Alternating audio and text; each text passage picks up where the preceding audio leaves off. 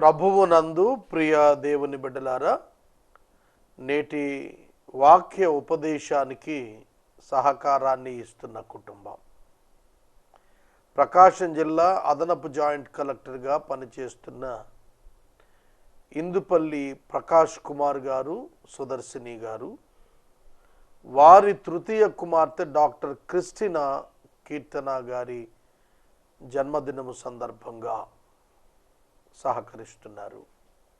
కుటుంబ సభ్యులు ఇందుపల్లి ప్రకాష్ కుమార్, సుదర్శిని గారు, Adimalla Praveen Kumar, Jassi Soumya, doctor Pachigalla Avinash, doctor Annie Preethi, doctor Christina Keerthana సహకరిస్తున్నారు. క్రిస్టినా కీర్తన గారిని ప్రభువు దీవించున్నట్లు ప్రార్థిద్దాం. ఈరోజు ఈ మాసానికి చివరి దినము. ఈ మాసము ఎపిసోడ్ సహకారము ఇచ్చిన ప్రతి ప్రియమైన కుటుంబానికి వందనాలు. నవంబర్, డిసెంబర్ మాసాల్లో ప్రతిదినము సహకారులు కావాలి. డిసెంబర్ 31 నాటికి కేబుల్కున్నటువంటి కార్యాలయంకున్నటువంటి ప్రతి వ్యయము సంపూర్ణముగా తీర్చబడినట్లు ప్రార్థన చేద్దాము. ప్రార్థించుకొని వాక్య ధ్యానమునకు వెళదాం. తలలు వంచండి, ప్రార్థనలో ఏకీభవించండి. మమ్ములను మిక్కిలిగా ప్రేమిస్తున్న మా ప్రియ పరలోకపు తండ్రి, మీ పరిశుద్ధ గణనామమునకు వందనములు, స్తోత్రములు అర్పిస్తున్నాము. ఇందుపల్లి క్రిస్టినా కీర్తన అను మీ దీన దాసురాలను ఆశీర్వదించి ఇచ్చిన నూతన జన్మదినమును దయా కిరీటం కొరకు వందనములు. బిడ్డను ఆశీర్వదించి నూతన సంవత్సరం, నూతన దీవెన అనుగ్రహించమని అడుగుతున్నాము. ప్రకాష్ కుమార్ గారిని, సుదర్శిని గారిని ఆశీర్వదించండి, మీ కృపనివ్వండి. నేటి వాక్య ధ్యానము ద్వారా మాకు దీవెన ఇవ్వండి ప్రభు. మా ఆలోచనలు నీ వాక్యము చేత సంస్కరింపబడుటకు, పురికొల్పబడుటకు సహాయం చేయండి. రక్షణకర్త అయిన యేసు నామమున ప్రార్థిస్తున్నాము తండ్రి, ఆమెన్. ప్రభువునందు ప్రియ దేవుని బిడ్డలారా, దయచేసి మీ పరిశుద్ధ బైబిల్ గ్రంథాన్ని తెరవండి. మార్కు సువార్త 1వ అధ్యాయము 40వ వచనము నుండి వాక్యాన్ని గమనించండి. 40వ వచనము నుండి 45వ వచనము వరకు ఒకే ఒక సందర్భం, ఒక అద్భుతం వ్రాయబడినది. ఒక కుష్ఠరోగి యేసు నద్దకు వచ్చాడు. అతడు యేసుక్రీస్తు ప్రభువు ద్వారా స్వస్థత నొంది ఆయన నామాన్ని ప్రచురం చేసిన వాడు. ఈ వృత్తాంతము మనకు మత్తయి సువార్త 8వ అధ్యాయం ప్రారంభ వచనాల్లో కనిపిస్తుంది. ఆయన కొండ మీద నుండి దిగి వచ్చినప్పుడు ఈ కుష్ఠరోగి ఆయనను ఎదుర్కొని విశ్వాసమును ప్రదర్శించి కనికరము చొప్పున స్వస్థత నొందినాడు. కనుక ఈ విషయాలు మనం ధ్యానిస్తున్నప్పుడు యేసు ఎవరు, ఆయన ఏం చేస్తున్నాడు, ఆయన పట్ల సమాజం ఎట్లా ఉంది అనేది ఇందులో ప్రస్ఫుటంగా మనకు తెలియబడుతోంది. అనేక విషయాలు నేను చెబుతాను. ఒకవేళ నేను ఇవాళ ముగించలేనేమో, ఈ 5 వచనాలలోని ఒక వృత్తాంతాన్ని నేను ముగించలేకపోయినా రేపు కొనసాగిస్తాను. మొట్టమొదటిగా 40వ వచనంలోని కుష్ఠరోగి అనే పదం మనం ధ్యానిద్దాం. కుష్ఠరోగి. యేసుక్రీస్తు ప్రభువు క్రీస్తు పూర్వము 2000 సంవత్సరాల కాలంలో పరిశుద్ధ బైబిల్ గ్రంథం ఆదికాండం 11వ అధ్యాయంలో అబ్రహామును పిలిచినటువంటి పిలుపు కనిపిస్తోంది. అబ్రహామును దేవుడు పిలిచిన తరువాత అతడికి సంతానము లేనప్పుడు అతనికి సంతానం కలుగుతుందని వాగ్దానం చేసి అదే సంతానం 400 సంవత్సరాలు పరాయి దేశంలో ఉంటారని చెప్పి వాళ్ళను చాలా ధనవంతులను చేసి వెనక్కి తెస్తానని వాగ్దానం చేశాడు దేవుడు. ఇస్సాకు, యాకోబు, యోసేపుల అనంతరం మోషే ద్వారా ఆ ప్రజలను ఐగుప్తు దేశము నుండి వెలుపటికి తెచ్చాడు. వారు అరణ్యయాత్ర చేస్తున్న కాలంలో దేవుడు వారికి ధర్మశాస్త్రాన్ని ఇచ్చాడు. ఆ ధర్మశాస్త్రం ఇచ్చినటువంటి కాలంలో కుష్ఠరోగాన్ని గూర్చినటువంటి వివరము లేవియాకాండం 14వ అధ్యాయంలో రాస్తూ వచ్చాడు. మనకు బైబిల్ ప్రారంభం నుండి మనం చూస్తున్నప్పుడు ఆదికాండములో కుష్ఠరోగిని గుర్చి కనపడదు. కుష్ఠరోగిని గుర్చి ఆదికాండంలో కనపడదు. నిర్గమకాండంలో కుష్ఠరోగిని గుర్చినటువంటి వివరం మనకు కనిపిస్తుంది. మోషే యొక్క సోదరి అయినటువంటి మిరియాము కుష్ఠరోగము చేత తాకబడినట్లుగా చూస్తాము. అప్పటికీ ఆ వ్యాధి సమాజంలో ఉన్నట్లుగా మోషే రాస్తూ వచ్చాడు. ఏమిటి అసలు కుష్ఠరోగము? మనం ప్రసంగంలో కుష్ఠరోగాన్ని గురించి నేర్చుకోవటం కాదు, దాని యొక్క తీవ్రత తెలుసుకోవాల్సిన అవసరం ఉన్నదని చెబుతున్నాను.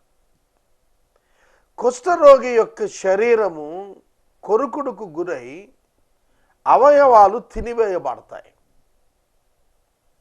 చేతి వ్రేళ్ళు, ముక్కు, కాలి వ్రేళ్ళు తినివేయబడతాయి. వారు స్పర్శ లేని వారు అవుతారు. కనుక వారు స్పర్శ పోగొట్టుకుంటారు కనుక మొద్దుబారిపోతుంది కనుక చర్మం. వారు నడుస్తున్నప్పుడు వారు గాయం తెలియదు. అందుకనే వారు కాళ్లకు చెప్పులు ధరించినప్పుడు బెల్ట్ వేస్తారు, దానికి ఆ షూ కింద వేస్తారు ఊడిపోకుండా. అది అంటువ్యాధిగా పరిగణించారు ఆ కాలంలో. కనుక దానిని నాశనం చేయటానికి, ఆ వ్యాధి నివారించటానికి పలు ప్రయత్నాలు చేశారు, వల్ల కాలేదు. కనుక అది దీర్ఘకాల రోగంగా చెప్పినారు. శుద్ధులైనటువంటి వారు ఆఖరికి పొడలు మచ్చలు కూడా కుష్ఠం కిందే లెక్కేసి అది ఆ చర్మ వ్యాధి ఇతరులకు సోకకుండా నివారించడానికి వాళ్ళు కుష్ఠరోగులను సమాజానికి వెలుపట స్థలంలో ఉంచి వారికి ఆహారం పంపించేవాళ్ళు. కనుక బైబిల్ గ్రంథంలో మనం చూస్తున్నప్పుడు నొసట కుష్ఠము పుట్టినటువంటి రాజును గురించి మనకు కనిపిస్తుంది. అలాగే నయమాను అనేటువంటి కుష్ఠరోగి సిరియా దేశంలో ఉన్నట్లుగా కనిపిస్తుంది. అతడు సర్వసైన్యాధ్యక్షుడు. ఎలీషా యొక్క శిష్యుడైన ఆ యొక్క ఎలీషా శిష్యుడైనటువంటి గేహజీ కుష్ఠంతో బాధపడ్డట్టుగా రాసింది.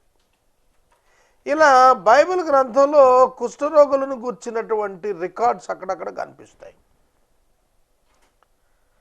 దానికి ప్రజలు బహుగా వణికిపోయేవాళ్ళు, ఆ జబ్బుకు పారిపోయేవాళ్ళు, అంటువ్యాధి కదా అని. కనుక కుష్ఠరోగి యొక్క నివాసం జనవాసాల మధ్య ఉండదు. కుష్ఠరోగిని ఎవరు చేర్చుకోరు, కుష్ఠరోగిని ఎవరు ముట్టుకోరు, కుష్ఠరోగికి ఎవరు ఆశ్రయం ఇవ్వరు. Out cost from the society, సమాజం నుంచి వెలేస్తారు, పారిపోతారు వాళ్ళని చూస్తే. అట్లాంటి తీవ్రమైనటువంటి పరిస్థితులు కుష్ఠరోగి అనుభవిస్తున్న కాలంలో, బైబిల్లో మనకు ఎలీషా కాలంలోనే షోమురోను కరువు దగ్గర 4 కుష్ఠరోగుల గురించి రాసింది. కనుక ఈ కుష్ఠరోగి ఎంతో దీనావస్థలో ఉన్నవాడు. ఇతడు యేసుక్రీస్తు ప్రభువు యొద్దకు వచ్చి ఆయన ఎదుట మోకాళ్ళు నినాడు. And a leper came to him imploring him and imploring him and kneeling said to him, ఆయన యొద్దకు వచ్చి ఆయన ఎదుట మోకాళ్ళుని, ఇంప్లోరింగ్ హిమ్, ఆయన యొద్దకు వచ్చాడు. సోదరుడు సోదరి, చాలా తీవ్రమైనటువంటి పరిస్థితిగా అక్కడ ప్రజలు ఎంచుతున్నప్పుడు యేసుతో అతడు మాట్లాడుతున్న మాట, నీకిష్టమైతే నన్ను శుద్ధినిగా చేయగలవు అని ఆయనతో చెప్పి ఆయనను వేడుకొనుట, బ్రతిమాలుకొనుట, ప్రాధేయపడుట, వేడుకొనుట, బ్రతిమాలుకొనుట, ప్రాధేయపడుట, ఈ 3 పదాలు చాలా తీవ్రమైనటువంటి పదాలు. కాళ్ళ వేళ్ళ పట్టం అంటారు, ఇంకా భాషలో ఇంకొంచెం దిగువ స్థాయిలో చెప్పాలంటే అడుక్కోవటం, బాబాబు అని అడుక్కోవటం. కనుక యేసు దగ్గర అతడు తీరు ఎట్లుంది అనగా, అతడు వేడుకుంటున్నాడు, అంగలారుస్తున్నాడు, గోజాడుతున్నాడు. దేని కొరకు? తన బ్రతుకు బాగు చేయమని, తనకు ఆరోగ్యం దయచేయమని. అయితే ఆ కుష్ఠరోగి యేసుక్రీస్తు ప్రభువును ఏమని అడుగుతున్నాడు? ప్రభువు నన్ను స్వస్థపరచు అని అభ్యర్థిస్తున్నాడా? లేదు. నీవు నన్ను శుద్ధునిగా చేయగలవు అని నేను విశ్వసించాను అని ఆయనకు చెప్పుకుంటున్నాడు. అయితే కండిషన్ ఏమన్నాడంటే, నీకిష్టమైతే, if you will you can make me clean, if you will you can make me clean. నేను అపవిత్రుడుగున్నాను, అవుట్కాస్ట్గా ఉన్నాను, బయట తోయబడ్డాను, నన్ను మరల తిరిగి సమాజంలో నువ్వు చేర్చగలవు, నన్ను తిరిగి మరల నువ్వు అపవిత్రత నుండి విడిపించగలవు. కుష్ఠరోగిని పవిత్రపరచగలిగిన వాడెవరు? ఇది ప్రశ్న. కుష్ఠరోగిని పవిత్రపరచగలిగిన వాడు దేవుడొక్కడే. అది పాత నిబంధన జవాబు. కుష్ఠరోగి బాగయ్యాడని నిర్ధారించేది యాజకుడే, కానీ కుష్ఠరోగిని దైవ సంబంధమైన స్వస్థత తప్ప మరొక మార్గము లేనే లేదు. నయమాను విషయములో అది రుజువైనది. కనుక కుష్ఠరోగము మానుట లేని దినమున, కుష్ఠరోగమును దేవుడు మాత్రమే మాన్పగలడని ఎరిగిన దినమున, ఆ కుష్ఠరోగి యేసుతో అంటున్న మాట, నీకిష్టమైతే నన్ను శుద్ధినిగా నీవు చేయగలవు. I declare that you are God. ఏమని చెబుతున్నాడు? నువ్వు దేవుడివి, నీకిష్టమైతే నువ్వు నన్ను శుద్ధిని చేయగలవు. It is possible for you to cleanse me and you can make me clean if you will. నీవు గనుక ఇష్టపడితే నన్ను శుద్ధిని చేయటానికి నీకు అధికారం. I know the authority, I know the power of you Lord. దేవా, నీ శక్తి నాకు తెలుసు, నీ అధికారము నాకు తెలుసు. దయ్యాలు కేకలేస్తున్నాయి నీవు దేవుని పరిశుద్ధుడవని, నీవు క్రీస్తువని నేను అంగీకరిస్తున్నాను, నీవు వాక్యమైన దేవుడు అని నేను ఒప్పుకుంటున్నాను. అందుకే నేను నమ్మాను నీవు నన్ను శుద్ధినిగా చేయగలవని. నీకిష్టమైతే చెయ్యి అని అడుగుతున్నాను. నీవు నన్ను ఇష్టపడు అని అడుగుతున్నాడు. నా మాట అర్థమైందా? నీ దయ నా పట్ల చూపించు, నీవు నన్ను ఇష్టపడు అంటాడు. కుష్ఠరోగిని ఎవడు ఇష్టపడతాడు? కుష్ఠరోగిని ఎవరు ఇష్టపడతారు చెప్పండి? కానీ ప్రభు అన్నాడు, నాకిష్టమే. నీకిష్టమైతే నన్ను శుద్ధినిగా చేయగలవంటే నాకిష్టమే. And Jesus, moved with pity, he stretched out his hand and touched him and said to him, I will be clean. I will be clean. I will be clean. నాకిష్టమే, శుద్ధుడు అయిపో. ఎట్లాంటి మాట అండి ఇది? ఎటువంటి మాట? ఒక వైద్యుడు చెప్పగలడా ఈ మాట? నాకిష్టం నువ్వు శుద్ధుడు అవటం, శుద్ధుడు అయిపో అని చెప్పగలుగుతాడా? పరమ వైద్యుడండి యేసు.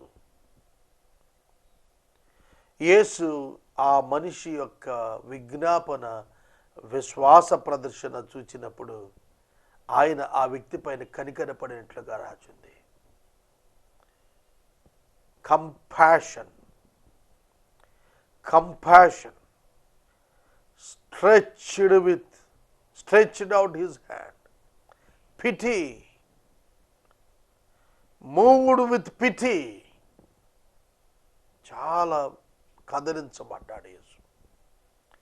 ఆ వ్యక్తి దుస్థితికి, అతడు పడుతున్న బాధ, కన్నీరు యేసు దృష్టించాడు, విచారించాడు, కనికరం చూపాడు. ఈ లక్షణాలు మనకు కావాలి. If you are a servant of God, నువ్వు దేవుని సేవకుడు అయితే, you must pity the people. ప్రజల పట్ల కనికరం కావాలి. ప్రజల పట్ల కనికరము కావాలి. సహోదరుడా, సహోదరి, ప్రజల పట్ల కనికరము కావాలి. దేవుని వాక్యము తేటగా సెలవిస్తున్న మాట. ఆయన కనికరముతో ఆయన చేయి చాపి వాణిని ముట్టాడు. యేసు నాకిష్టమే, శుద్ధుడవు కమ్మని చెప్పినప్పుడు చేయి చాచి ముట్టకపోతే నాకిష్టమే అనే మాటలో పరిపూర్ణత లేదు. ఊరికే నోటి మాట. నాకిష్టమే అనే పదం పలికినప్పుడు ఆ వ్యక్తిని తాకుట ద్వారా అది యథార్థమైన మాట అని తెలుస్తుంది. నోటితో ఒప్పుకొని నొసటితో వెక్కిరించే సంస్కృతి యేసు దగ్గర లేదు. నోట ఒకటి, మనసున ఒకటి యేసు దగ్గర లేదు. ఆయన మనసున ప్రేమించి ఇష్టపడ్డాడంటే బాహ్యమున ఆ ఇష్టాన్ని తెలియపరిచాడు. యేసు తాను లోకాన్ని ప్రేమించాడంటే లోకం కొరకు తన ప్రాణాన్ని ఇచ్చి బాహ్యాన్ని రుజువు చేశాడు. కుష్ఠరోగిని ముట్టి నువ్వు బాగవు అని చెప్పాడు. మీకు ఒక విషయం తెలియాలి. లేవియకాండ 14వ అధ్యాయం చెబుతున్నది, కుష్ఠరోగిని యాజకుడు ముడితే 7 దినాలు అపవిత్రుడవుతాడు యాజకుడు. 7 దినాలు యాజకుడు కూడా దూరంగానే ఉండాలి. శుద్ధి చేసుకుంటే కానీ మళ్ళా లోపలికి రాకూడదు. ముడితేనే, ఇంకా రోగం రాలేదు పాడలేదు, ముట్టుకుంటేనే అపవిత్రుడు అయిపోతాడే. అలాంటిది యేసు కుష్ఠ వ్యాధిగ్రస్తుని ముట్టినప్పుడు, ఆ రోగిని ముట్టినప్పుడు ఈ యేసు అపవిత్రుడు కాకపోగా ఆ కుష్ఠరోగి పవిత్రుడయ్యాడు. దేవునికి స్తోత్రం. అగ్నికి చెద పట్టదు. యేసునకు పాపం అంటదు, యేసునకు అపవిత్రత అంటదు. ఆయన పరిశుద్ధుడు. అందుకే ఆ కుష్ఠరోగి, నీవు దేవుని పరిశుద్ధుడవు, నేను నమ్ముతున్నాను, నువ్వు చేయగలవు అని నేను నమ్ముతున్నాను అన్నాడు. ఎందుకంటే దయ్యాలు కేకలేస్తున్నాయి, నీవు దేవుని పరిశుద్ధుడవని. నాకు అనిపిస్తుంది దయ్యాలను వదిలిపెడితే అవి సువార్త ప్రకటన చేసేస్తాయేమో.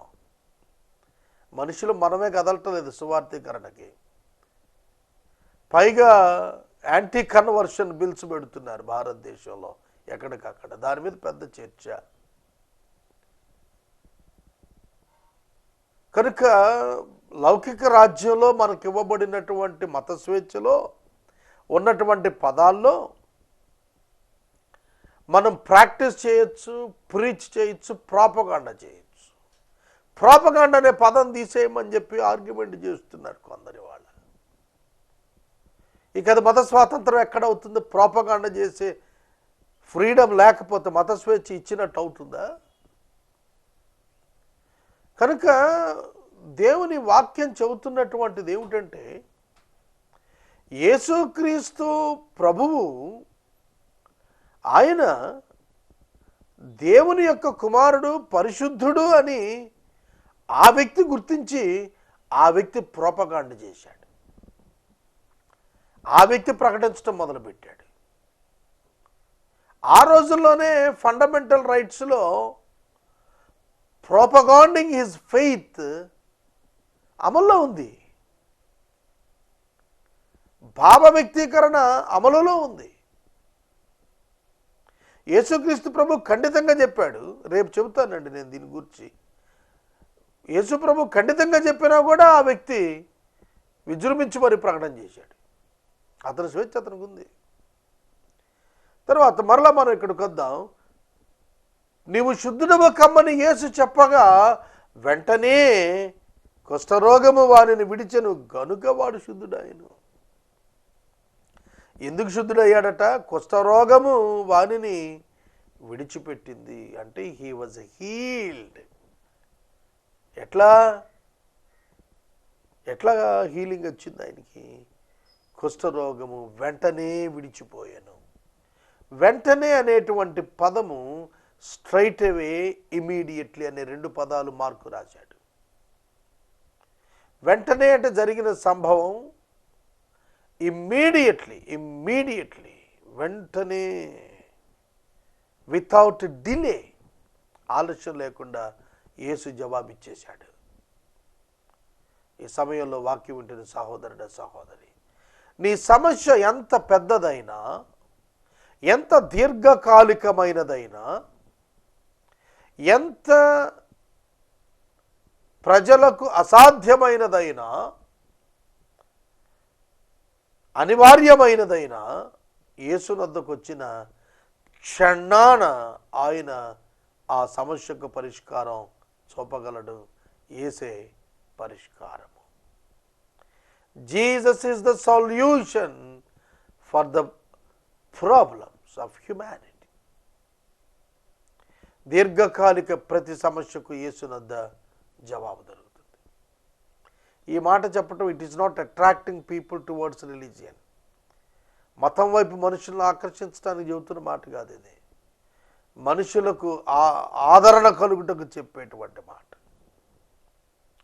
If you can come to Jesus with faith on him, you will receive a miracle. నీకు ఆశ్చర్యకరమైన సహాయము అద్భుతముగా దొరుకుతుందని వాక్యం చెబుతోంది. ఆయన ఎదుకు వచ్చిన వారి పట్ల ఆయన కనికరం పడేటువంటి వాడు. ఆయన ఎన్నడూ మనుషులను తృణీకరించడు. ఆయన మనుషులను తృణీకరించువాడు కాడు. సహోదరుడా, సహోదరి, ప్రభువు నిన్ను ప్రేమిస్తున్నాడని నీవు అర్థం చేసుకోవాలి. ఆయన ఈ లోకానికి రావటానికి కారణమే నీ సమస్య అయినటువంటి పాపము నుండి, రోగము నుండి విడిపించుట. దైవ ప్రణాళికలో దేవుడు నీ క్షేమార్థం వ్యాధిని అనుగ్రహిస్తే తప్ప నీవు రోగముతో బాధపడుట దేవుని చిత్తము కాదు. ఈ సత్యము మనము గుర్తెరగవలెను. Unless until God admit the sickness in your life, you should not be under the sickness. నీవు వ్యాధి క్రింద ఉండటానికి వీలు లేదు. It is the plan of God far you, all humanity. ప్రతి మానవుని కొరకు దేవుని చిత్తము ఆరోగ్యము, అనారోగ్యం కాదు. కానీ దైవ ప్రణాళికలో కొందరి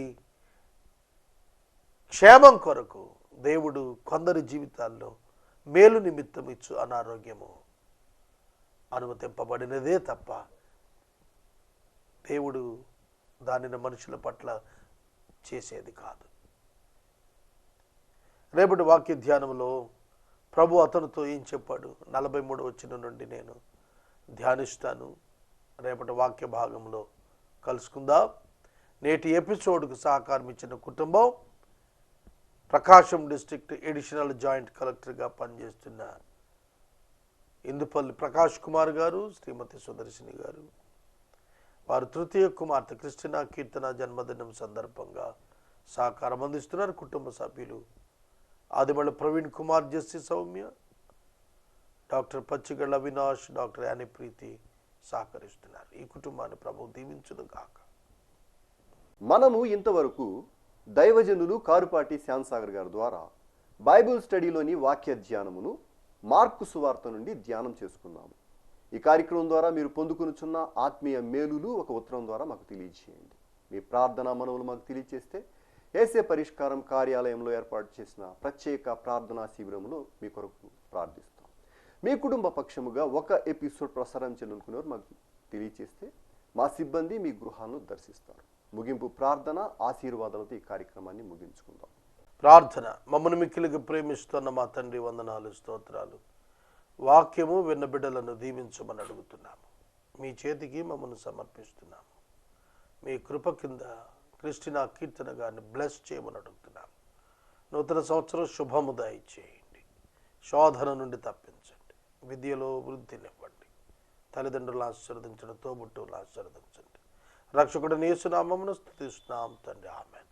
తండ్రి అయిన దేవుని ప్రేమ, కుమారుడు యేసయ్య కృప, పరిశుద్ధాత్మని యొక్క అన్యోన్య సహవాసము సదాకాలం మనందరికీ తోడయుండును గాక.